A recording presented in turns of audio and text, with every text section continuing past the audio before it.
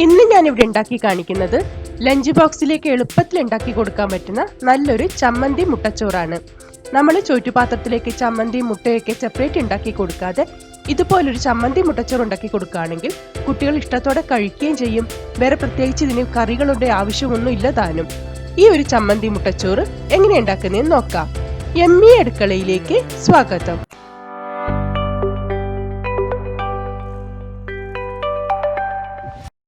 ആദ്യം തന്നെ ഒരു കടായിലേക്ക് ഒരല്പം വെളിച്ചെണ്ണ ചേർത്ത് കൊടുക്കാം. വെളിച്ചെണ്ണ ഒരുപാട് ചേർക്കേണ്ട കാര്യമില്ല, ഒരല്പം മാത്രം ഒഴിച്ചു കൊടുത്താൽ മതിയാവും. എണ്ണ നന്നായി ചൂടായി വരുമ്പം ഇതിലേക്ക് ഒരു 6-7 ചെറിയുള്ളി ചേർത്ത് കൊടുക്കുന്നുണ്ട്. കൂടെ തന്നെ ഒരു ചെറിയ കഷ്ണം ഇഞ്ചിയും 4 വറ്റൽമുളകും ചേർത്ത് കൊടുക്കുന്നുണ്ട്. ഞാനിവിടെ അധികം എരിവില്ലാത്ത പിരിയൻ മുളകാണ് എടുത്തിരിക്കുന്നത്. നിങ്ങളുടെ എരിവിനനുസരിച്ചിട്ട് മുളകിന്റെ എണ്ണം കൂട്ടുകയോ കുറയ്ക്കുകയോ ചെയ്യാം. കുട്ടികൾക്കൊക്കെ കൊടുക്കുമ്പോൾ ഇതുപോലെ ഒരു 4 എരിവില്ലാത്ത വറ്റൽമുളക് ചേർക്കുന്നതായിരിക്കും നല്ലത്. ഇനി ഇത് കരിഞ്ഞു പോവാതെ നന്നായി ഒന്ന് വാട്ടിയെടുക്കണം. ഇപ്പോ ഉള്ളിയും മുളകും ഒക്കെ നന്നായി ഒന്ന് വാടി വന്നിട്ടുണ്ട്. ഈ സമയത്ത് ഇതിലേക്ക് നമ്മൾക്ക് ഒരു നെല്ലിക്ക വലുപ്പത്തിലുള്ള വാളംപുളി ചേർത്ത് കൊടുക്കാം. കുരുവില്ലാതെ വേണം ഇതിലേക്ക് ചേർത്ത് കൊടുക്കാൻ. ഇത് ചെറുതായി ഒന്ന് ചൂടായി വരുന്നത് വരെ നമ്മൾക്ക് ലോ ഫ്ലെയിമിലിട്ട് ഒന്ന് ചൂടാക്കിയെടുക്കാം. ഇപ്പോ പുളിയും എണ്ണയിൽ കിടന്ന് നന്നായി ഒന്ന് വാടി വന്നിട്ടുണ്ട്. ഇനി നമ്മൾക്ക് ഫ്ലെയിം ഓഫ് ചെയ്ത് കൊടുത്തതിന് ശേഷം ഒരു കൈപ്പിടിയോളം തേങ്ങ ചിരവിയത് ചേർത്ത് കൊടുക്കണം. ഫ്ലെയിം ഓഫ് ചെയ്ത് കൊടുത്തതിന് ശേഷം മാത്രമേ നമ്മൾ തേങ്ങ ചേർക്കാൻ പാടുള്ളൂ.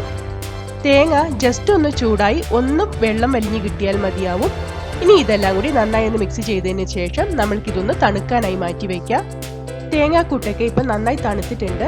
ഇനി നമ്മൾക്ക് ഇതൊരു മിക്സി ജാറിലേക്ക് ഇട്ട് നന്നായി ഒന്ന് അരച്ചെടുക്കണം. ആദ്യം തന്നെ നമ്മൾക്ക് വറ്റൽമുളക് ചേർത്ത് കൊടുക്കാം.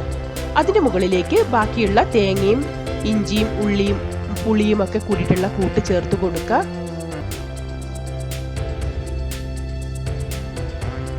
ഇനി ഇതിലേക്ക് ആവശ്യമായിട്ടുള്ള ഉപ്പ് ചേർത്ത് കൊടുക്കണം. ഇനി വെള്ളം ഒട്ടും ചേർക്കാതെ ഇങ്ങനെ തന്നെ നല്ല തരിതരിപ്പായിട്ട് അരച്ചെടുത്തു കൊണ്ടുവരണം. ചോറിലേക്ക് ആവശ്യമായിട്ടുള്ള ചമ്മന്തി നമ്മളിവിടെ അരച്ചെടുത്തിട്ടുണ്ട്. ഇത് ഒരുപാട് അരഞ്ഞു പോവാതെ ഇതുപോലെ തരിതരിപ്പായിട്ട് അരച്ചെടുക്കണം. ഒട്ടും വെള്ളം ചേർക്കാതെ 2-3 പ്രാവശ്യമായിട്ട് ക്രഷ് ചെയ്തെടുത്താൽ മതിയാവും. ഇനി ഇത് നമ്മൾക്ക് വേറൊരു പാത്രത്തിലേക്ക് ഉരുട്ടി മാറ്റി വെക്കാം. അതേപോലെ തന്നെ 3 മുട്ട ഞാനിവിടെ നന്നായി അടിച്ചെടുത്ത് വെച്ചിട്ടുണ്ട്. ഇനി നമ്മൾക്ക് മുട്ട ചമ്മന്തി ചോറ് ഉണ്ടാക്കാൻ തുടങ്ങാം. ഒരു കടായി നന്നായി ചൂടായി വരുമ്പം ഇതിലേക്ക് 2 ടേബിൾ സ്പൂൺ വെളിച്ചെണ്ണ ചേർത്ത് കൊടുക്കുന്നുണ്ട്. വെളിച്ചെണ്ണ ഒന്ന് ചൂടായി വരുമ്പോഴത്തേക്കും ഇതിലേക്ക് ഒരല്പം കടുക് ചേർത്ത് കൊടുക്കുക. കടുക് നന്നായി ഒന്ന് പൊട്ടിക്കഴിയുമ്പോഴേക്കും ഇതിലേക്ക് അരമുറി സവാള ചെറുതായി അരിഞ്ഞതും ഒരു തണ്ട് കറിവേപ്പിലയും കൂടെ ചേർത്ത് നന്നായി ഒന്ന് വഴറ്റിയെടുക്കുക.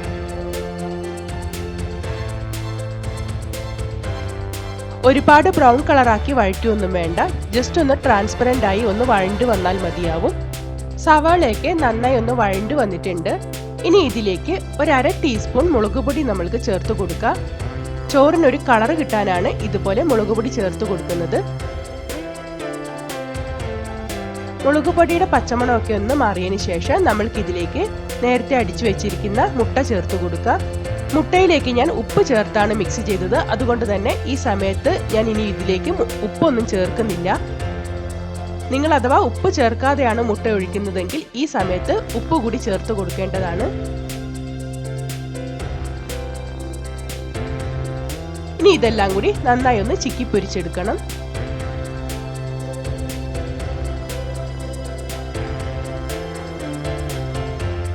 ഇപ്പോ മുട്ടയൊക്കെ നന്നായി ചിക്കി എടുത്തിട്ടുണ്ട്. ഇനി ഇതിലേക്ക് നമ്മൾ നേരത്തെ അരച്ചു വെച്ചിരുന്ന ചമ്മന്തി ചേർത്ത് കൊടുക്കുക.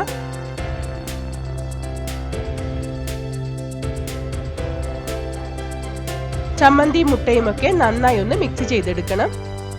ഈ സമയത്തൊക്കെ ഫ്ലെയിം ഒന്ന് ലോ ഫ്ലെയിമിലേക്ക് ആക്കി വെക്കണം. ഇപ്പോ ചമ്മന്തി മുട്ടയൊക്കെ നന്നായി മിക്സ് ചെയ്തെടുത്തിട്ടുണ്ട്. ഇനി ഇതിലേക്ക് ഞാൻ 1 കപ്പ് വേവിച്ചെടുത്തിരിക്കുന്ന പൊന്നിയരിയാണ് ചേർത്ത് കൊടുക്കുന്നത്. നിങ്ങൾക്ക് വേണമെങ്കിൽ നമ്മളുടെ സാധാരണ ചോറ് വയ്ക്കാൻ ഉപയോഗിക്കുന്ന മട്ട റൈസോ അല്ലെങ്കിൽ കൈമ റൈസോ ഒക്കെ ചേർത്ത് കൊടുക്കാവുന്നതാണ്. ഉപ്പിട്ട് വേവിച്ചിരിക്കുന്ന പൊന്നിയരിയാണ് ഞാനിവിടെ ചേർത്ത് കൊടുക്കുന്നത്.